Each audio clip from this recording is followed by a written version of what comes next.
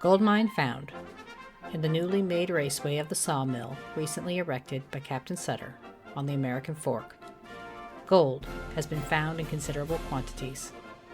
One person brought $30 worth to New Helvetia, gathered there in a short time.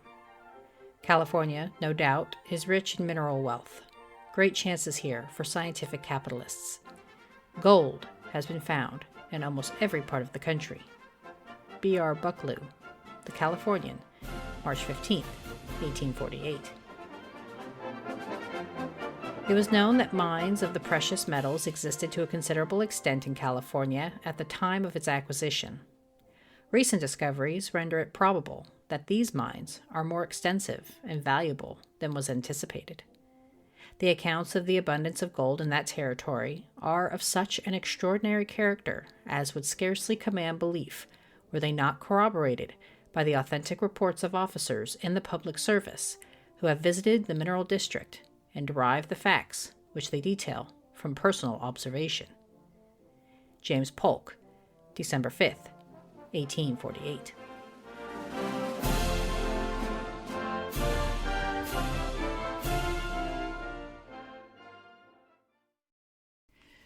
Welcome to Civics and Coffee. My name is Alicia, and I am a self-professed history nerd. Each week, I'm going to chat about a topic on U.S. history and give you both the highlights and occasionally break down some of the complexities in history and share stories you may not remember learning in high school, all in the time it takes to enjoy a cup of coffee.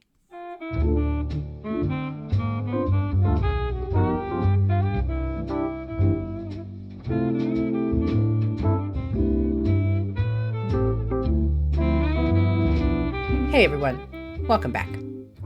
One of the most significant events of the 19th century, the gold rush, is known for many things.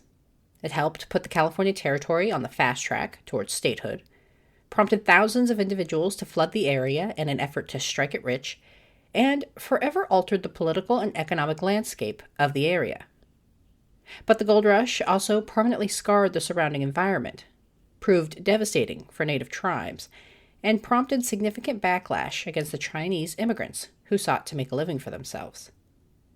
So this week, I am diving into the history of the gold rush. What was it? Who was involved? And what was its impact? Grab your cup of coffee, peeps. Let's do this. Ahead of the discovery of gold in 1848, California's population stood at about 150,000 individuals, most of whom were indigenous Americans who had lived on and cultivated the area for generations. Rough estimates place indigenous Americans at about 150,000, with the remaining numbers dispersed among American immigrants and Mexicans, then known as Californios.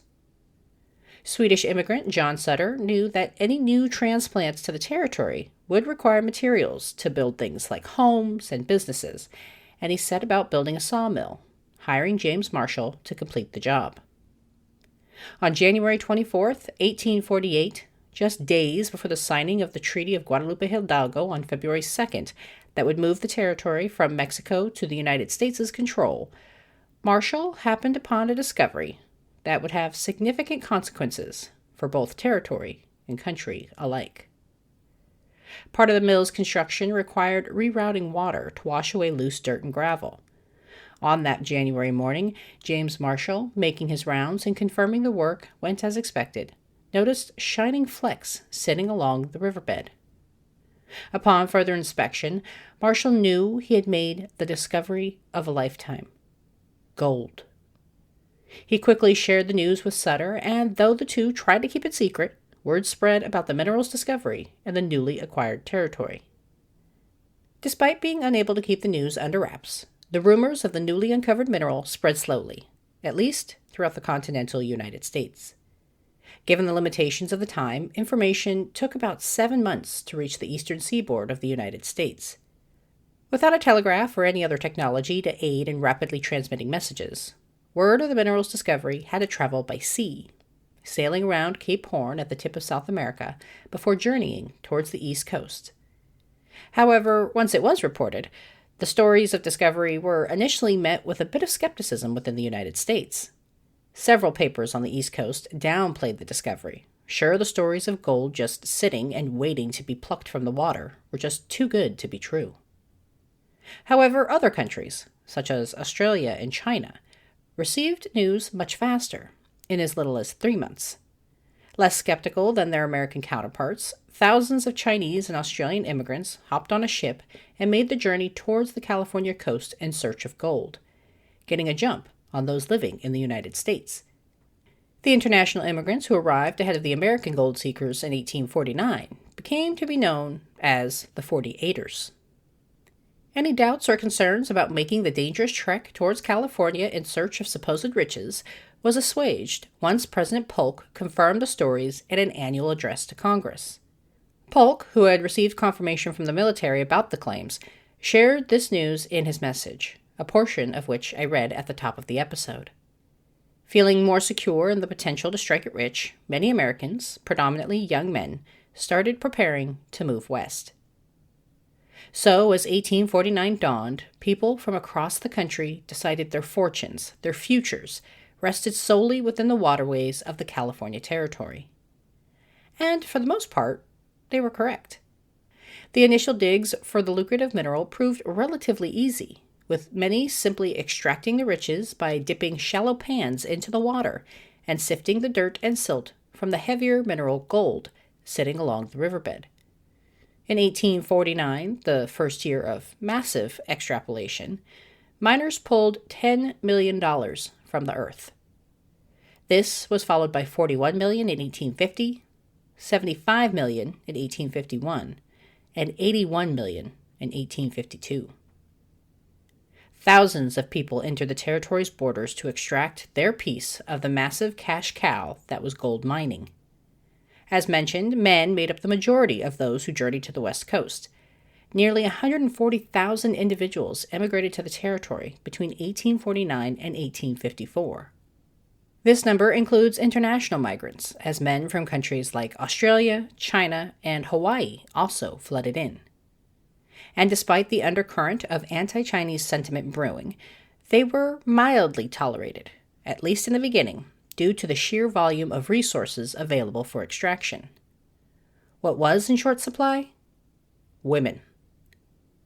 Initially making up only a small fraction of immigrants to California, women were few and far between. In the 1850 census, only 8% of California's population were of the quote-unquote fairer sex. This created a bit of opportunity for women. While they didn't participate in the mining activities in large numbers, women were able to carve out a living for themselves by setting up their own businesses. They found they could command a significant sum of money for engaging in activities that were commonplace for them, such as cooking, laundry, and even providing female companionship. A quick note for any younger listeners of the show: adult content ahead. Please skip ahead about 10 seconds. Because women were in such limited supply, those who turned to prostitution could charge a mighty price.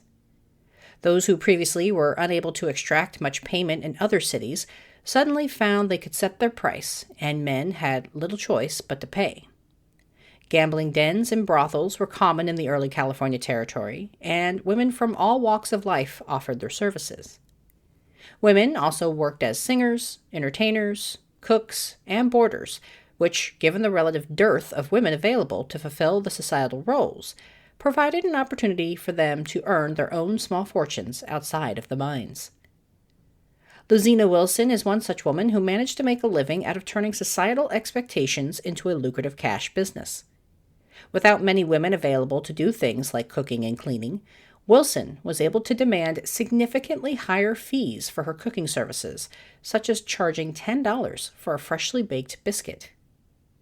Upon her arrival with her family in Sacramento, Wilson and her husband invested in a hotel where they enjoyed steady business, thanks in no small part to Wilson's baking acumen. Unfortunately, early California was a series of booms and busts for many, and Wilson, like many other families, had to remake herself many times over as she experienced a loss of her hotel due to flooding, then to fire. And because women were so scarce, men had to learn and perform the often unpaid labor normally classified as women's jobs, such as mending clothes and cleaning. The discovery of gold also had a significant downside, first of which is the impact on the indigenous population so plentiful before Anglo-Saxon contact. Before the announcement and confirmation of gold in the California Territory, first Americans outnumbered immigrants by a significant majority. Unfortunately, as new residents poured into the new territory, contact with indigenous Americans often proved disastrous. Between disease, starvation, and outright murder, the various California tribes, including the Modoc, Mojave, and Pomo, were nearly wiped out.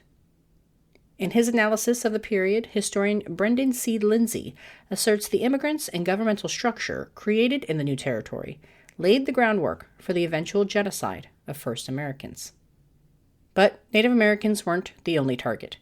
As gold became harder to extract, white residents focused on Chinese immigrants and sought to undermine their ability to mine gold and even to enter the country. In 1850, the California legislature passed the Foreign Miners Tax, which set up a $20 monthly fee to be paid by non-citizens looking to mine for gold. However, despite the fact that this tax was meant for all non-citizens, the law was mostly enforced against Chinese immigrants, and many Europeans found they were able to skirt around making any payment. The tax proved to be so prohibitive it was repealed the next year, replaced with a more cost-effective, yet just as unreasonable tax of $3 or $4 per month, depending on the source you look at. The cost proved so overwhelming that Chinese immigrants decided to vacate the gold mining industry altogether. Many moved to San Francisco, where they set up shop as businessmen and established the first known Chinatown in America. Chinese immigrants would prove to be an ongoing issue with Americans. An exploited labor source, Chinese immigrants often took on the dangerous jobs required of gold mining and, eventually, laying track for the Transcontinental Railroad. These immigrants were often underpaid, if paid at all, and were deserted at the earliest signs of complaint. Their working conditions were deplorable as well, constantly being forced to risk their lives to do things like place dynamite along a mountain to make a clearing, or working in freezing temperatures without protective gear. Despite the horrific treatment, Chinese immigrants were seen as a threat to the American way of life, and many white Americans sought to curb their immigration into California, successfully passing laws limiting their entrance. And despite Marshall's original discovery of gold along the American River, several other places within California proved to be treasure troves of riches. The San Joaquin and Mokelumne rivers were also rich with gold, as were the Trinity, Klamath, and Salmon rivers. This meant gold extraction was initially an easy operation, allowing for a proliferation of self-made miners. But as thousands carved their piece of the pie and the mineral became harder and harder to find, the industry moved away from independent operators to another waged labor position. New technologies were needed to find and extract the gold, technologies that only major business owners could afford. The evolution of technology and the devastation it wreaked on the surrounding environment also forever changed California. No longer a simple operation of sifting through water, gold seekers took to digging into mountains and blowing up the landscape to extract their millions. Entrepreneurs deployed things like hydraulic mining to extract gold hidden beneath the Earth's surface. While it proved successful, the practice had downstream impacts, including flooding local rivers with sediment, causing crops and farms to fail. Hydraulic mining only lasted a few short years before the practice was stopped as the result of a court order.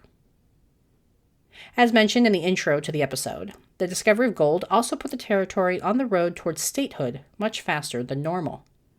Just under 3 years from the initial discovery, California joined the Union and became the 31st state on September 9, 1850.